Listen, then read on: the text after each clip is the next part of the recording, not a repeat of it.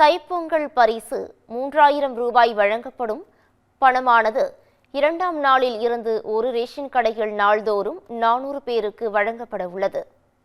2026ஆம் ஆண்டு பொங்கல் பண்டிகையை முன்னிட்டு பரிசு பொருட்களுடன் சேர்த்து 3000 ரூபாய் ரொக்கப்பணம் வழங்கப்பட உள்ளது.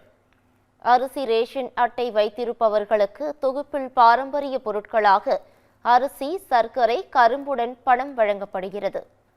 கூட்ட நெரிசலை தவிர்க்க டோக்கன் அடிப்படையிலான நடைமுறை அமல்படுத்தப்படுகிறது.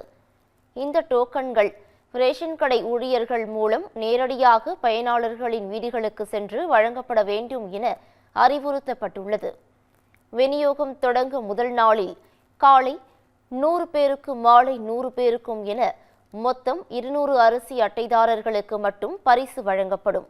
2ஆம் நாள் முதல் காலை 200 பேருக்கும் மாலை 200 பேருக்கும் என ஒரு நாளில் மொத்தம் 400 பேருக்கு பொங்கல் பரிசு தொகுப்பும் ரொக்க பணமும் வழங்கப்படும்.